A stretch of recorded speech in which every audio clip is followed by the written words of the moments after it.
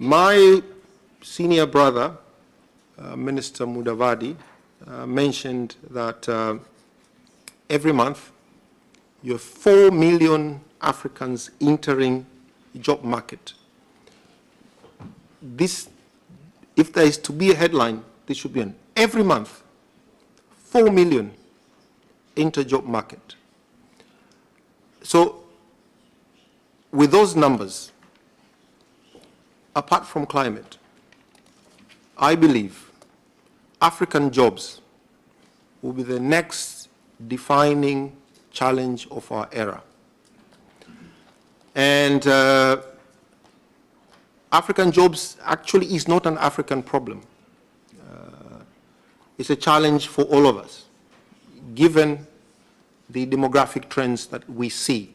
I see the need for investment in 4 areas: value addition, particularly agriculture; mineral beneficiation; infrastructure development for both social and economic development; climate change adaptation and environment; and the third area I think should preoccupy us in the next is how do we improve trade between Africa and the Nordic countries? Because we do know aid will not develop Africa, trade will.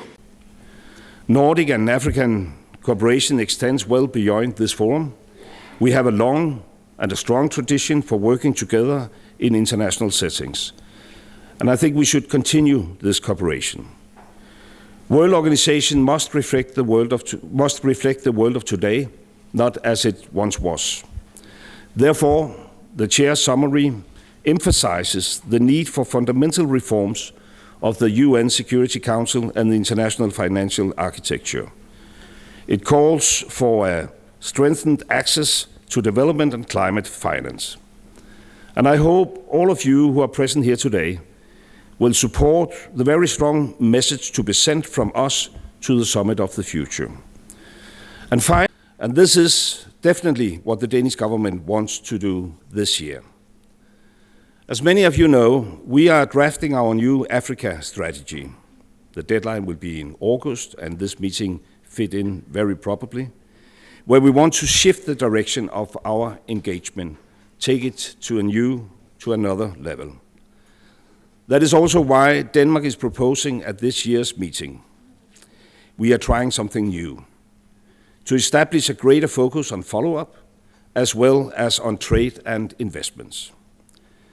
To get us started, we have introduced 3 innovations.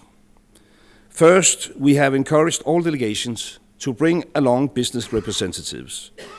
After last year's meeting, there was a clear demand for more focus on economic partnerships.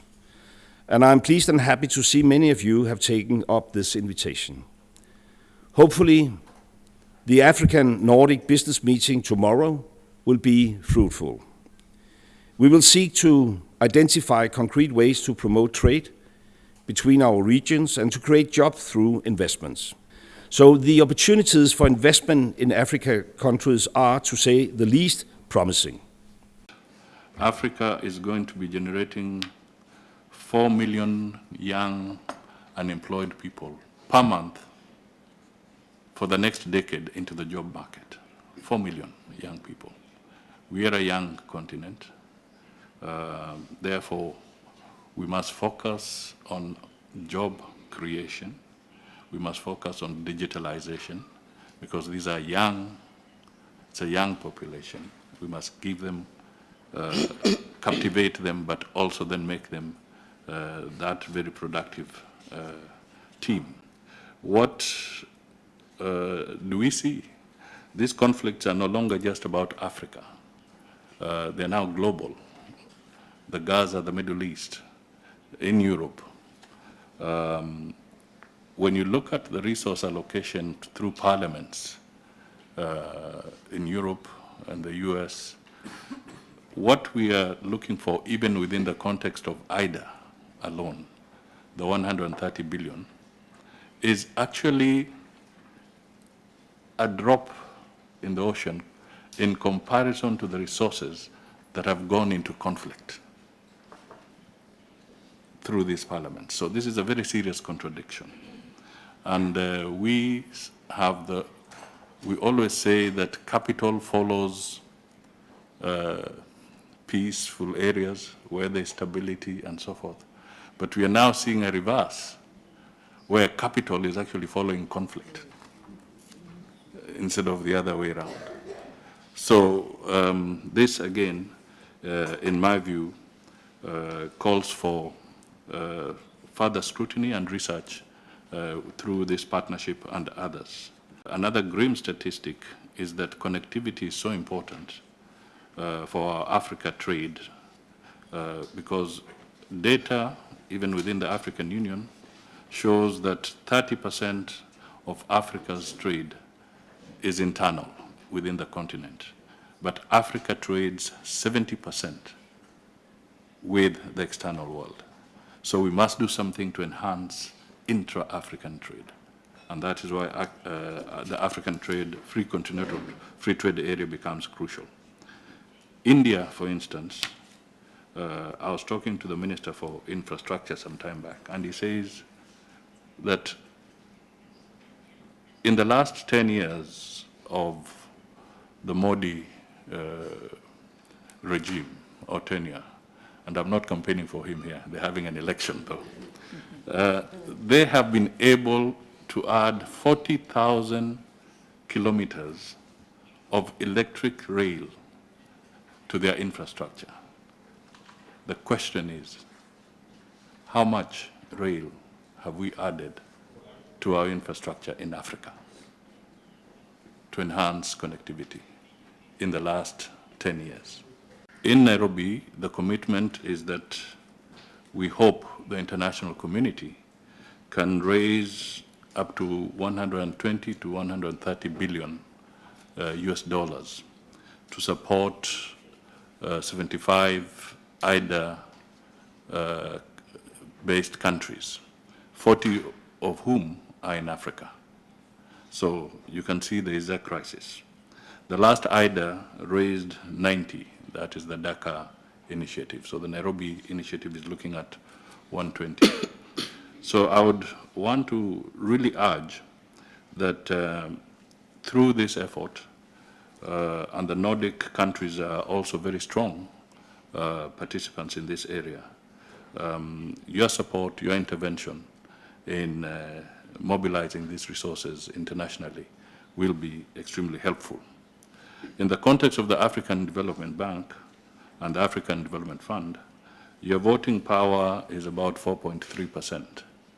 And in the last replenishment, you are able to give close to 700 million US dollars. I think it would be important that this forum also urges you to participate, because within the ADF, the target is to shift from 10 billion US to 25 billion US under the ADF, the African Development Fund. And these are really concessionary funds. And that is where we have had challenges. African countries need to focus more on the receiving and utilization of concessionary funding. So that is a very critical aspect that I think going forward should constitute a significant aspect of your strategy. As we focus, let us really zero in on issues that will have a bigger buy-in from the citizens of Africa, particularly the young and impatient population that may not know a lot of other things.